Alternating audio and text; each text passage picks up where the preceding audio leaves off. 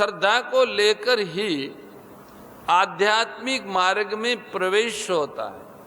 फिर चाहे वह मार्ग कर्म योग का हो, चाहे ज्ञान योग का हो और चाहे भक्ति योग का हो, साध्य और साधन दोनों पर श्रद्धा हुए बिना आध्यात्मिक मार्ग में प्रगति होती ही नहीं। मनुष्य जीवन में श्रद्धा की बड़ी मुख्यता है। मनुष्य जैसी श्रद्धा वाला है वैसा ही उसका स्वरूप, उसकी निष्ठा है। वह आज वैसा न दिखे तो भी क्या, समय पाकर वो वैसा ही बन जाएगा जैसी उनकी श्रद्धा है।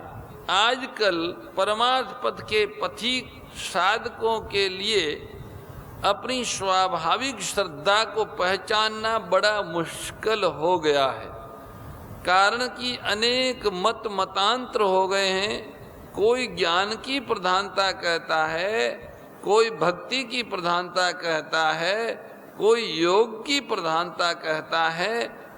ऐसे तरह तरह के सिद्धांत पढ़ने और सुनने से मनुष्य पर उनका असर पड़ता है, उसका प्रभाव पड़ता है। उससे वो किम कर्तव्य विमुढ़ हो जाता है। मैं क्या करूं और क्या न करूं, मेरा वास्तविक ध्येय लक्ष्य क्या है, मेरे को किधर चलना चाहिए, ऐसा विचलित हो जाता है। ऐसी दशा में उसे गहरी रीति से अपने भीतर के भावों पर विचार करना चाहिए कि संग से बनी हुई रुचि, शास्त्र से बनी हुई रुचि, किसी के सिखाने से बनी हुई रुचि, गुरु के बताने से बनी हुई रुचि, ऐसी जो अनेक रुचियां है, उन सब के मूल में उद्बुद्ध होने वाली अपनी स्वाभाविक रुचि क्या है,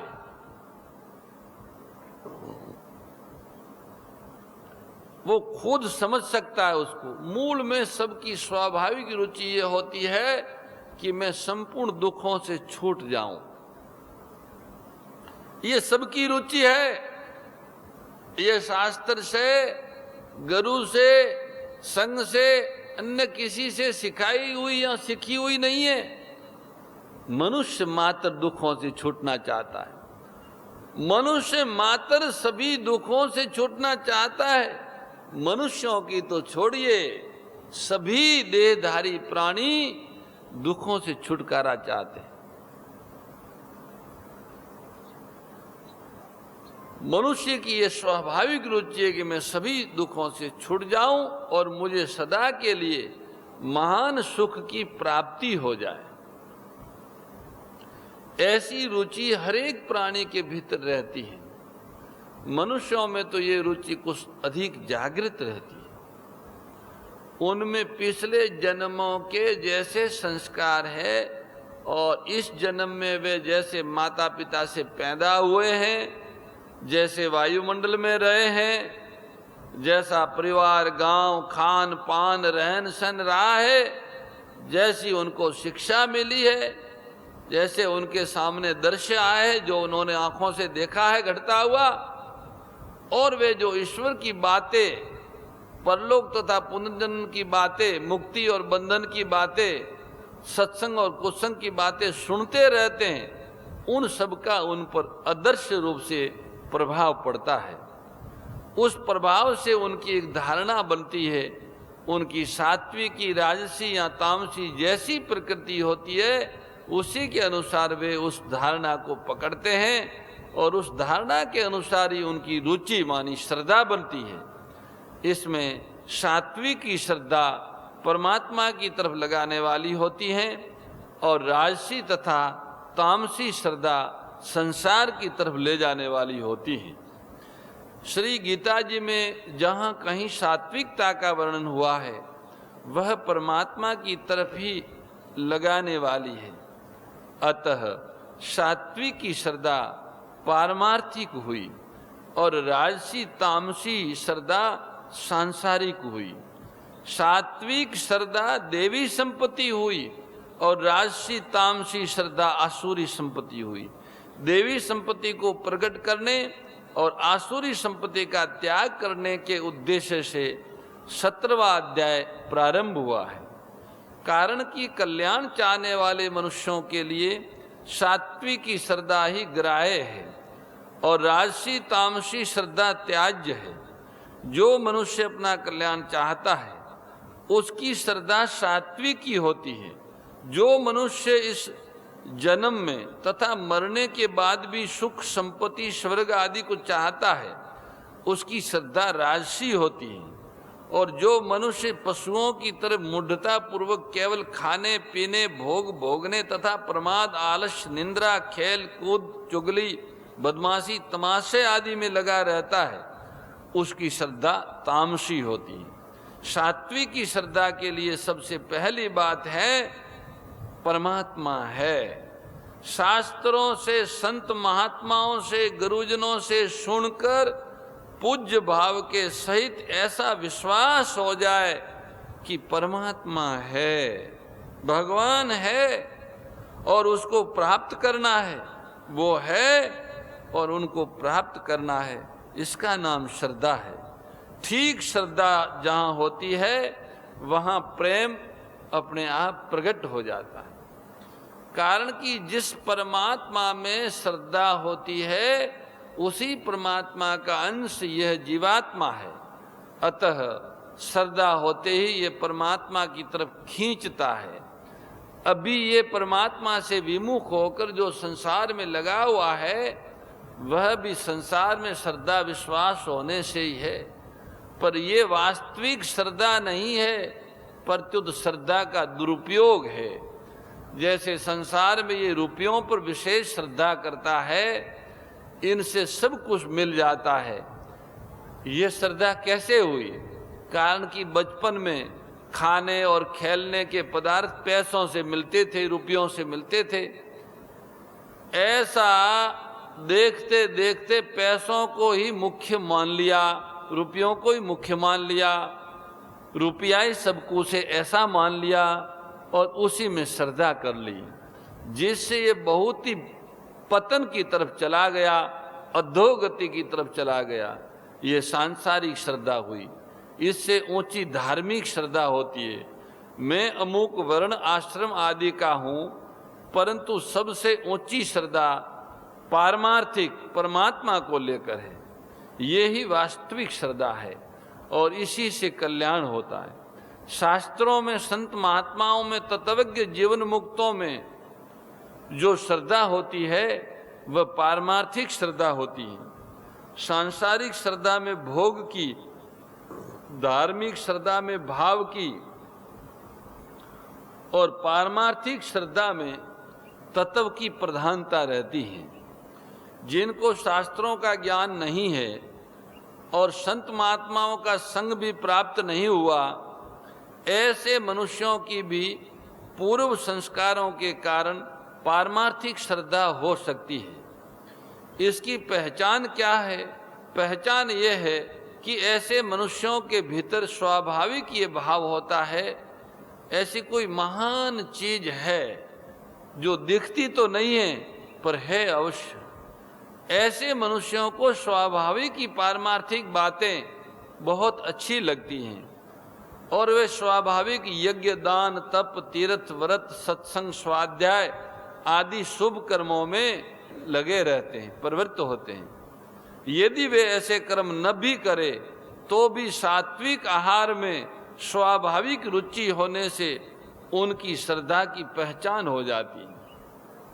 मनुष्य पशु पक्षी लता वृक्ष आदि जितने भी स्थावर जंगम प्राणी है वे किसी न किसी को अपने से बड़ा अवश्य मानते हैं और बड़ा मानकर उसका सहारा लेते हैं।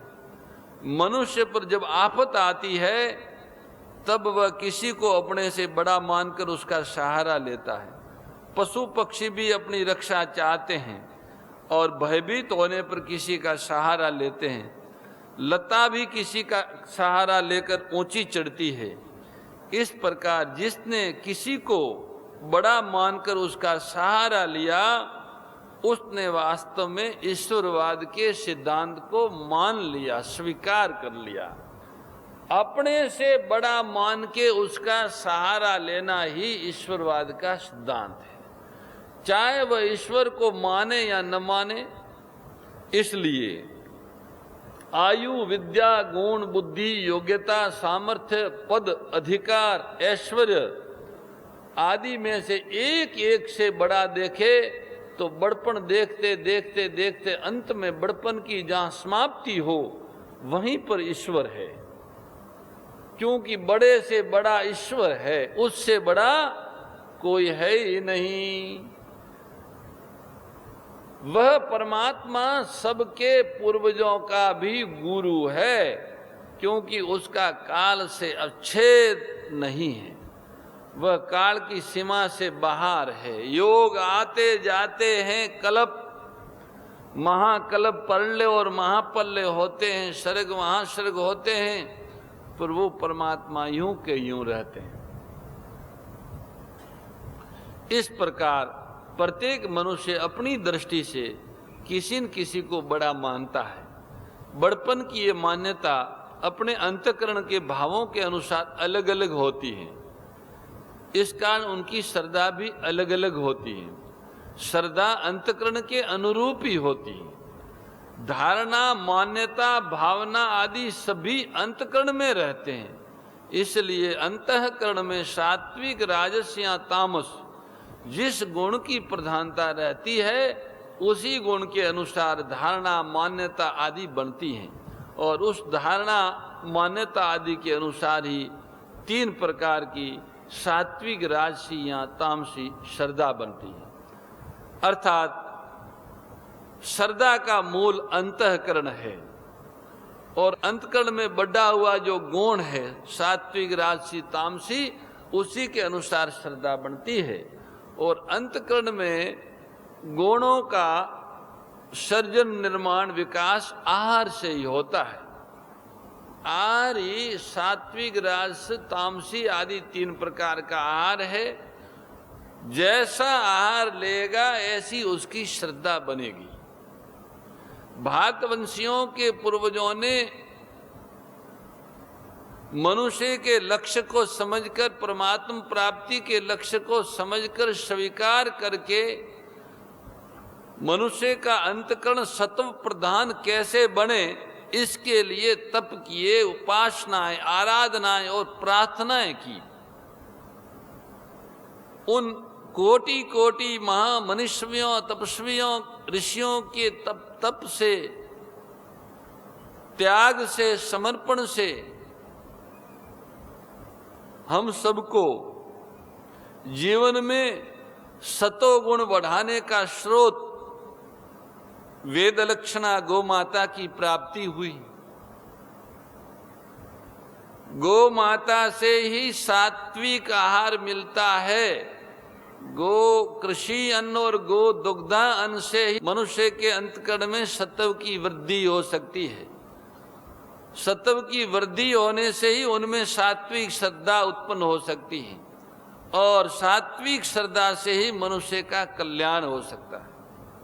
अर्थात मानव कल्याण के मूल में वेद लक्षणा गौ माता की अनुकंपा निहित है, उनका वात्सल्य निहित है। गौओं के उपकारों पर जब कभी कोई मानव विचार करता है तो उसका हृदय भर जाता है।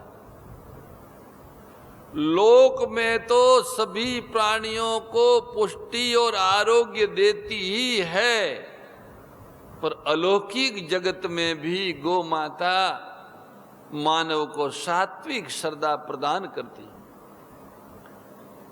ऐसा कोई और विकल्प नहीं है, इसलिए गाय को छोड़ा नहीं जा सकता।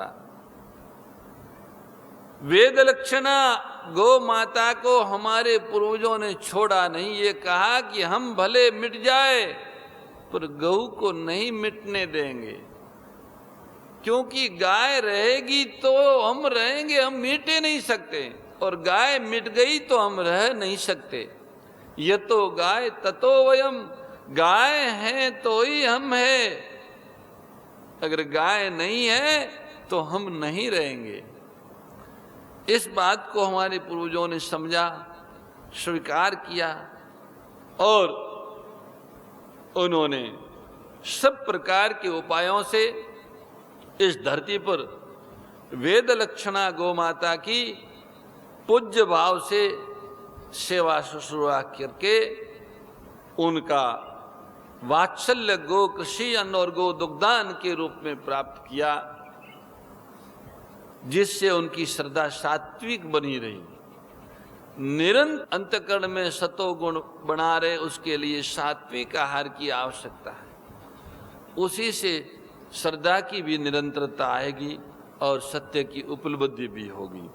तो सात्विक आहार केवल गौ माता से ही प्राप्त हो सकता है। सात्विक, राजस, तामस तीनों गुण अलग अलग तरह के आहार से निर्मित होते हैं।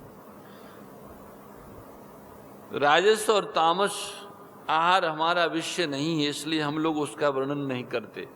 संक्षेप में इतना ही कहते हैं कि सात्विक आहार है, उसको दो शब्दों में अगर समझा जाए तो गो कृषि अन्न और गो दुग्धान। गाय के गोमय और गोमूत्र की खाद से उत्पादित अन्न, फल, सब्जियों, औषधियों, जो कुछ आहार है वह गो कृषि अन्न है। और वेदलक्षणा गौ के दूध से निर्मित जो भी है वह गो कृषि अन्न है। समता त्याग सिखावनी हरि मुख की बानी, ओ मैया हरि मुख की बानी।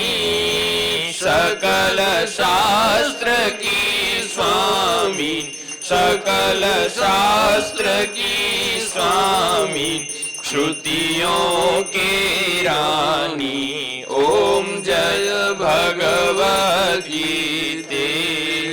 दया सुधा बरसावनी मातु कृपा कीजे, ओ मैया मातु कृपा कीजे।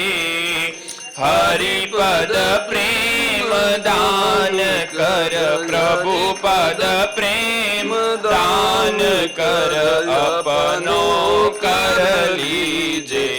ओम जय भगवद गीते, जय भगवद गीते। ओ मैया जय भगवद गीते।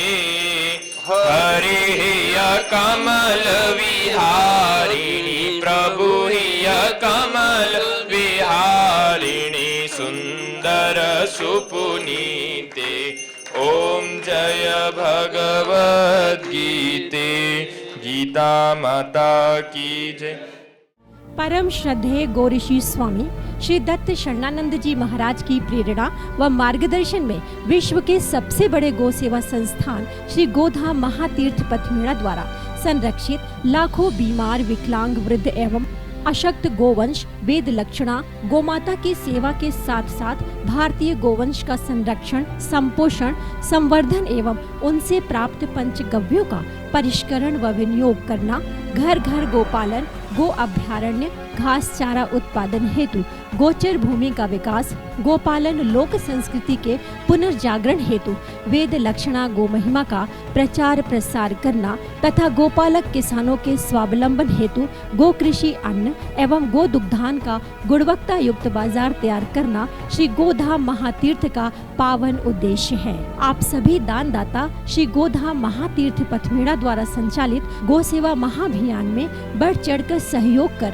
लाखों बीमार, विकलांग, वृद्ध एवं अशक्त गोवंश के गोग्रास सेवा हेतु श्री गोधाम महातीर्थ पथमेड़ा लोक पुण्यार्थ न्यास के बैंक ऑफ बड़ौदा खाता संख्या 084901000238827 IFSC कोड BARB 0 ASHRAM शाखा आश्रम रोड अहमदाबाद में गोग्रास सेवा निमित्त जमा कर सकते हैं।